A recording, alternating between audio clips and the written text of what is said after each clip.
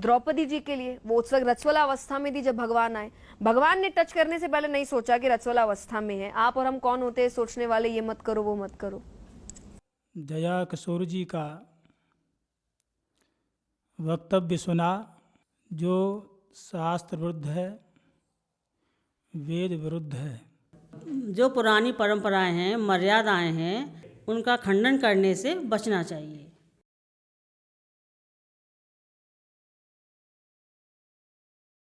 दया किशोर जी का वक्तव्य सुना जो शास्त्र विरुद्ध है, वेद विरुद्ध है।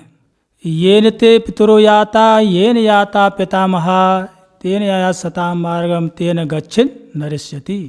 येन तो पितरो याता, जिस मार्ग पर, जिस पथ पर हमारे पिता, पितामह, प्रपितामह, बाबा, परबाबा, सरबाबा, दादी, परदादी, सरदादी, नानी, परनानी, सरनानी जिस मार्ग पर चले हों, सताम, तो सताम सज्जनानाम आचारः सदाचारः, तो सताम आचारः सदाचारः, यहाँ वह अर्थ नहीं लिया जाएगा।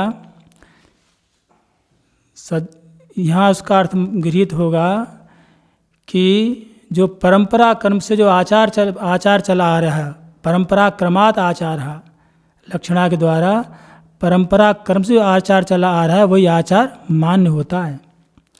मन माने ढंग से अपनी किसी की अपने ढंग से व्याख्या कर दी, वो जब व्याख्या मान्य नहीं होती, क्यों उसमें परंपरा मान्य मानी जाती है। तो महाराज मनु कहते हैं येन तो पितरो याता येन याता पितामहा तेन या सताम मार्गम तेन गच्छित नरिष्यति। इसका जया जी को ध्यान रखना चाहिए था। और आप यद्यपि पहले वीडियो में स्पष्ट कर दिया है, माताओं को, बहनों को, स्त्रियों को कथा सुनने का अधिकार है, कथा करने का अधिकार नहीं है। क्यों नहीं है? कि पुराणम सर्वशास्त्राणाम प्रथमम ब्रह्मणास्मतम अनंतस्तु वक्तव्यो वेदास्तस्य विनिर्गताः। पुराण और वेद ये दोनों साथ ही उत्पन्न हुए हैं। पुराणम सर्वशास्त्राणाम, पुराण है अथवा वेद है। अनंतस्तु वक्तव्यो न विद्यते अंतरम यत्र, जिनमें कोई अंतर नहीं है। अर्थात वेद के प्राकट्य में और पुराणों के प्राकट्य में कोई अंतर नहीं, दोनों एक साथ उत्पन्न हुए हैं। तो जो परंपरा, जो मर्यादा वेद के साथ जुड़ी है वो पुराण के साथ वही मर्यादा है। उसका उल्लंघन करके कोई पुराण का प्रवक्ता नहीं बन सकता। क्यों? कोई भी धर्म अनुष्ठान के लिए, भगवान से संबंध स्थापित करने के लिए यज्ञोपवीत बहुत आवश्यक है। शिखा है, सूत्र यज्ञोपवीत है। क्यों? कि यज्ञस्य भगवतः समीपम, यज्ञोपवीतम जो भगवान के समीप ले जाए उसको यज्ञोपवीत कहेंगे। और आप लोगों का यज्ञोपवीत शास्त्र भी है नहीं, कहीं पहले ही बता दिया हमने। वैवाह को स्त्रीणाम संस्कारो वैदिक स्मृता, पति सेवा गरुवासो गृहार्थोगनी परिक्रिया। स्त्रियों का जो विवाह संस्कार वो यज्ञोपवीत संस्कार है। पति की सेवा करना है, गुरुकुल निवास है। और घर कार्य के जो गृह कार्य है वही अग्निहोत्र है। हाँ, स्मृति वचन है ये जो है स्मृति वचन है। तो बिना यज्ञोपवीत के तो कोई है नहीं। पर यह है कि हाँ, रामायण है, अन्य जो चीज़ें हैं, कीर्तन वगैरह हैं, वो करते कराते रहो, उसमें कोई बात नहीं है। जब भागवत की बात है, जब पुराण की प्रवक्ता की बात है तो वहाँ पात्रता नहीं है। ये अलग रही कि हाँ कि कोई विशेष पुण्य है तो आपको लोग सुन रहे हैं, बाकी शास्त्र की मर्यादा के अनुकूल जो है ये बात नहीं है। क्योंकि पुराण का जो पुराण है वह वेद स्वरूप ही है। पुराण कोई वेद से अतिरिक्त नहीं है, दोनों की पात्रता समान ही है। और इसलिए रही मासिक धर्म की बात, ये तो अनादि काल से है और अब भी परंपराएं हैं लोगों के यहाँ। कहीं कहीं हो सकता है नहीं हो। आपने देखा होगा दक्षिण में, हमारे यहाँ भी पहले था, घर के आगे चौक पूरा जाता था, घर के आगे चौक पूरा जाता था।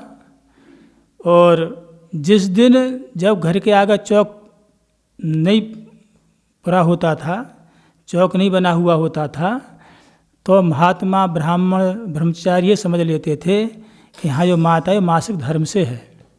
साथ में तो अब भी है, वहाँ भी है, सब अपने सबसे पहले जो है उसको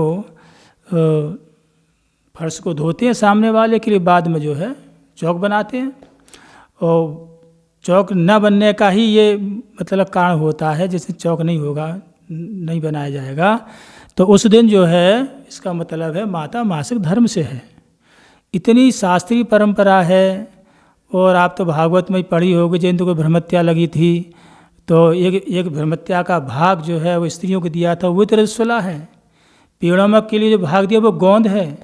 यद्यपि गोंद जो है किंतु शास्त्र की दृष्टि से गोंद का निषेध है, क्यों? उसमें ब्रह्मत्या का वास है।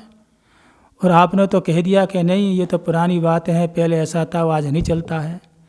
अरे पुराणवम पुराणम, पुराना हो तो जो नया उसको तो पुराण कहेंगे। आप जैसे कथा कह रही हैं, बात पुरानी है किंतु नई सी लगती हैं, वो नई हमेशा नई की नई बनी रहती हैं। ये परंपराएं पुरानी नहीं होती हैं।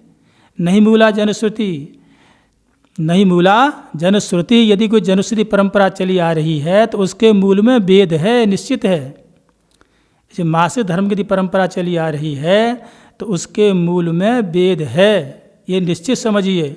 अब बात यह रही कि गुरुकुल में पढ़े नहीं, शास्त्र में अध्ययन नहीं किया, एक जिसकी कथा है अथवा सो हम कह रहे हैं उस पर चिंतन चल रहा है। अरे धर्मशास्त्र का अध्ययन होता है, वेद का अध्ययन है, शतपथ ब्राह्मण है, गोपथ है, और वेदों का जो वेदार्थ है, सांग धीति अनुचानहा, जो अनुचान में सांगोपांच ने वेद का स्वाध्याय किया है, वो ये वैदिक कर्म करने का अधिकारी होता है। तो ये है कि आपने अपना विषय जो तैयार कर लिया सो कहते हो, आवाज़ अच्छी है, लोग सुनते सुनाते हैं, भीड़ बहुत जुड़ती है, इससे आपको लग गया कि मैं जो कहूँगी बात मान ली जाएगी।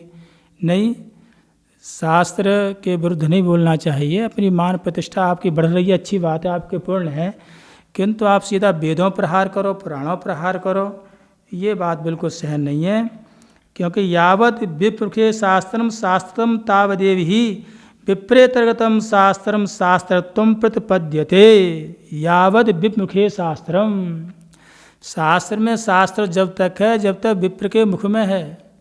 विप्र के मुख से जो बात कही जाएगी वही शास्त्र मानी जाएगी। विप्र से इतर कोई मनमाने ढंग से कोई बात करता है शास्त्री, वो शास्त्र नहीं माना जाता है, ये निश्चित है।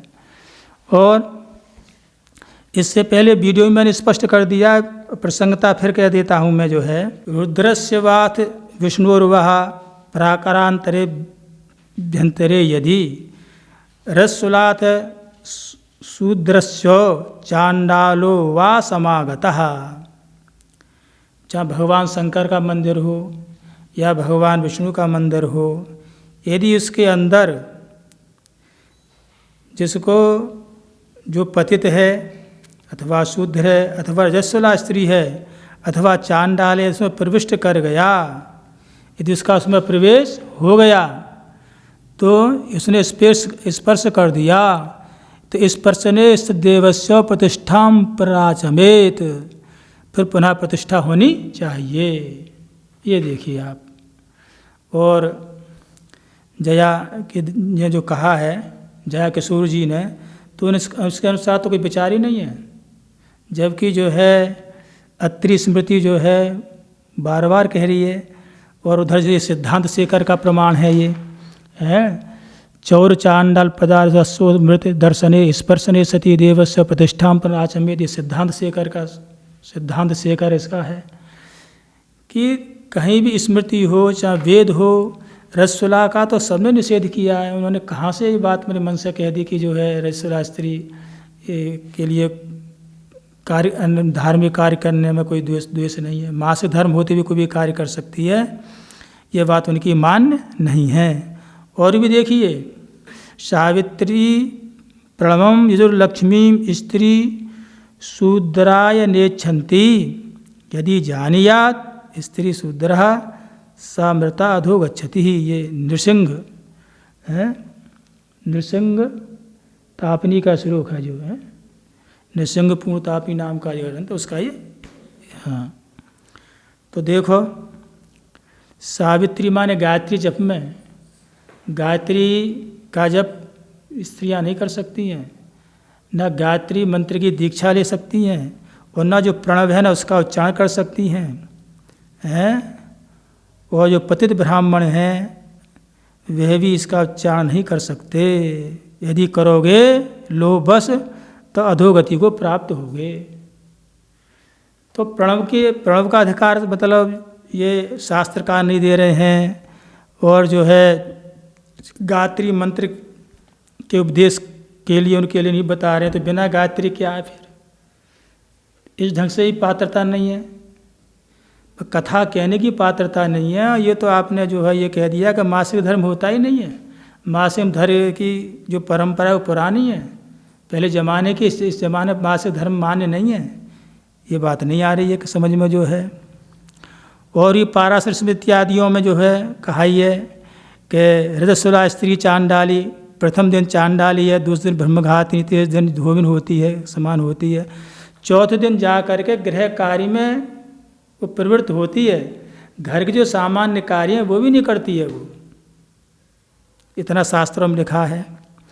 प्रथमे हिनी चांडाली, द्वितीय ब्रह्मघातिनी, तृतीय रजकी प्रोक्ता, चतुर्थेनी शुद्ध्यति, चतुर्थे एहनी शुद्ध्यति है। प्रथम दिन वही चांडाल, द्वितीय ब्रह्मघातिनी, तृतीय में जो है धोबी, चौथे में जा कर के वो शुद्ध होती है। स्नाता रसला यातु चतुर्थ एहनी शुद्ध्यति, कुरियात जो निवृत्तौ तदेव पितृयादि कर्म च।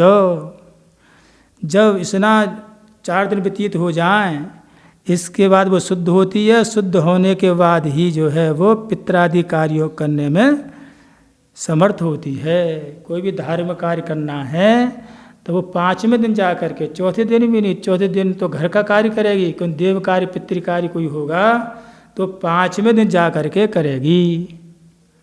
ये जो है पाराशर स्मृति हो गई आपकी, देवर स्मृति हो गई, और सिद्धांत शेखर हो गया, और नृसिंह थापनी जो है वो, इतने प्रमाण हो गए आपके जो है।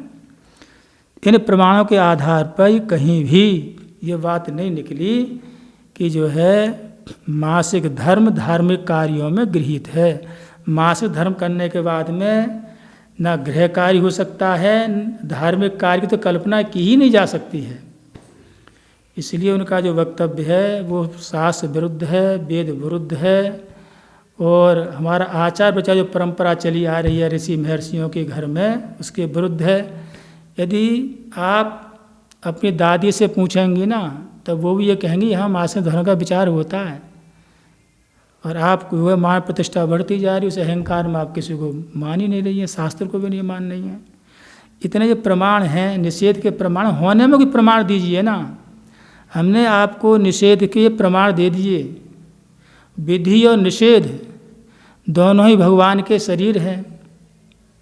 यदि आपने जो है दोनों ही भगवान के नेत्र हैं, यदि एक भी जो है आपने उसका निषेध को आपने जो है नहीं माना तो भगवान का एक नेत्र गायब कर दिया, आधा शरीर गायब कर दिया। तो विधि हमने जो निषेध के जो प्रमाण वो आपके लिए दिए हमने। अब जो है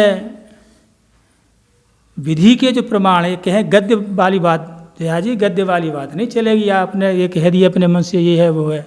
हमने तो बाकायदा जो है सबके स्मृतियों के और अन्य जो वचन उसके प्रमाण दिए हैं। निषेध में प्रमाण दिए, मतलब किसी यदि विधान है कहीं वेद में, पुराण में, स्मृति में, शास्त्र में, तो सब प्रमाणिक आप इसको कहिए कि मासिक धर्म में ये कार्य विहित हैं। ऐसा हमें कोई शास्त्रीय वचन वो आप कह दें, हमें कोई आपत्ति नहीं है। तस्मात् शास्त्रम प्रमाणम ते कार्य व्यवस्थित हो। क्या करना है क्या नहीं करना, क्या विहित है क्या अविध है, क्या विधि है क्या निषेध है, इसमें शास्त्र प्रमाण है, किसी का कहना प्रमाण नहीं है। जब सौ जय किशोर जी क्यों न कहने लगे हम प्रमाण नहीं मानेंगे, आप एक प्रमाण दे दिए हम बात मान लेंगे, बात खत्म हो जाए कहीं कहीं।